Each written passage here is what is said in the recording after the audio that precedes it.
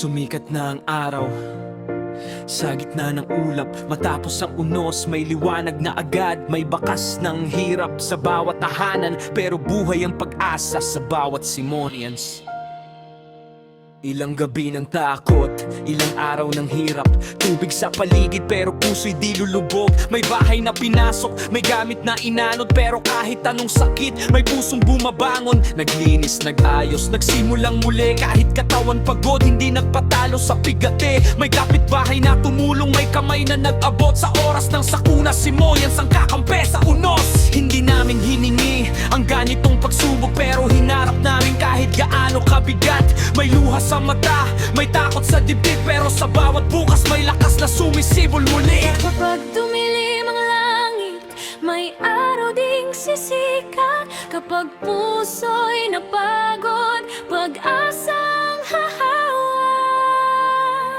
Babangon tayo, Simonians, babangon. Kahit ilang unos pa ang dumaan sa panahon. Hindi kami yuyuko, hindi kami susuko.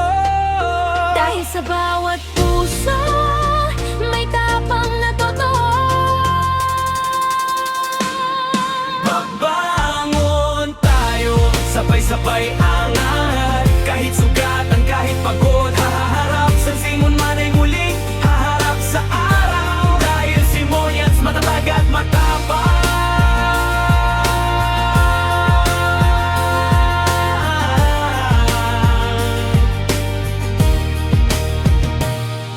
Yeah, hindi lang baha ang kaya nating harapin, pati takot at problema kayang lampasan natin. Kapag may isang umiiyak, may isang dadamay. Kapag may nangangailangan, may kamay na iaalay. Ganyan ng lakas na hindi nakikita, hindi nasusukat sa yaman o ari-arian. Nasusukat sa tapang na tumayo sa gitna, at sa pusong marunong umalalay sa kapwa. Kaya huwag sabihin na mahina ang taong sugatan, dahil ang tunay na malakas kahit pagod lumalabang. At kung paulit-ulit man ang unos na darating, paulit-ulit din may Simonians na papangon at tatayo muli.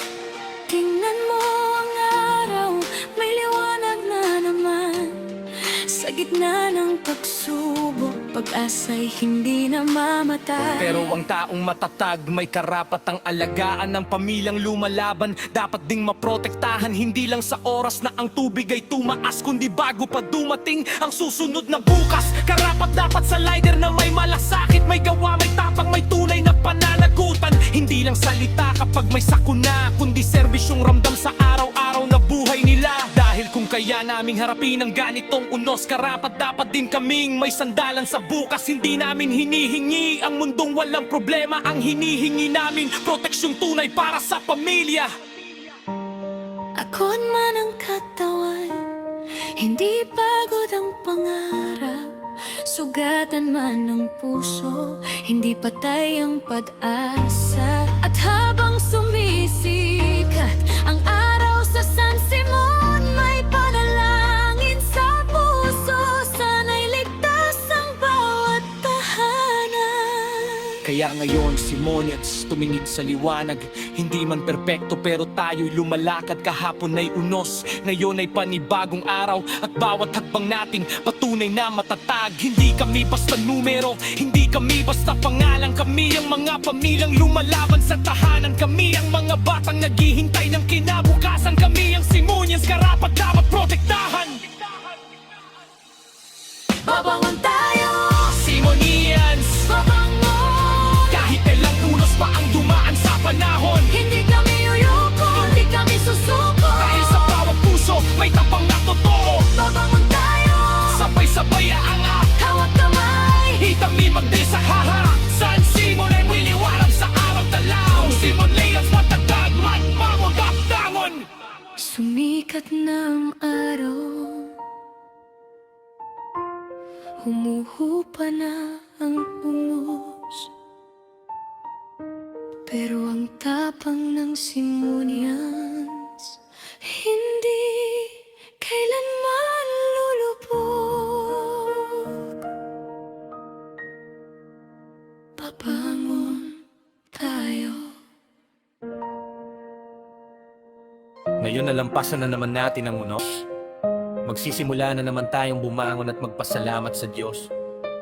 Sa bawat buhay na ligtas, sa bawat pusong kumilos, mga Simonian, kahit ilang bagsak, bumabangon.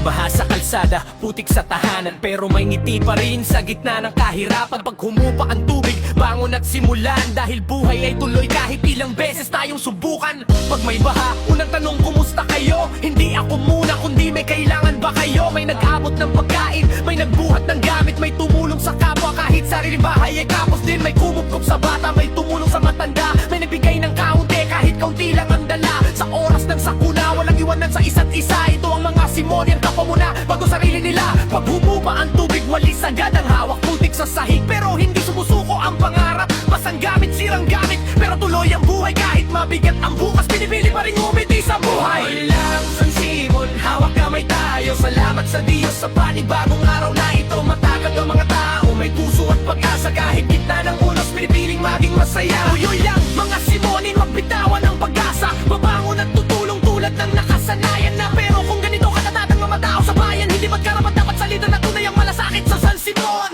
Ayuda'y salamat, relief malaking tulong. Pero pag naubos ang bigas, pag natapos ang kahon, pag umulan ulit bukas, pareho na namang problema. Taon-taon ang baha, kailan naman ang solusyon para sa masa? Taon-taon linis, taon-taon is, taon-taon bangon, taon-taon sakit. Hindi mali ang humingi ng tunay na pagbabago, dahil ang pagiging matatag ay hindi ibig sabihin okay lang ito.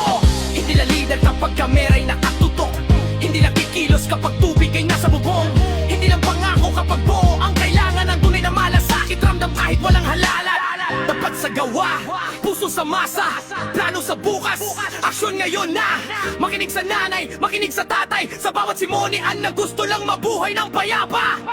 Kung kaya ng tao na tumulong sa kapwa, dapat ang leader ganun din. May puso para sa masa.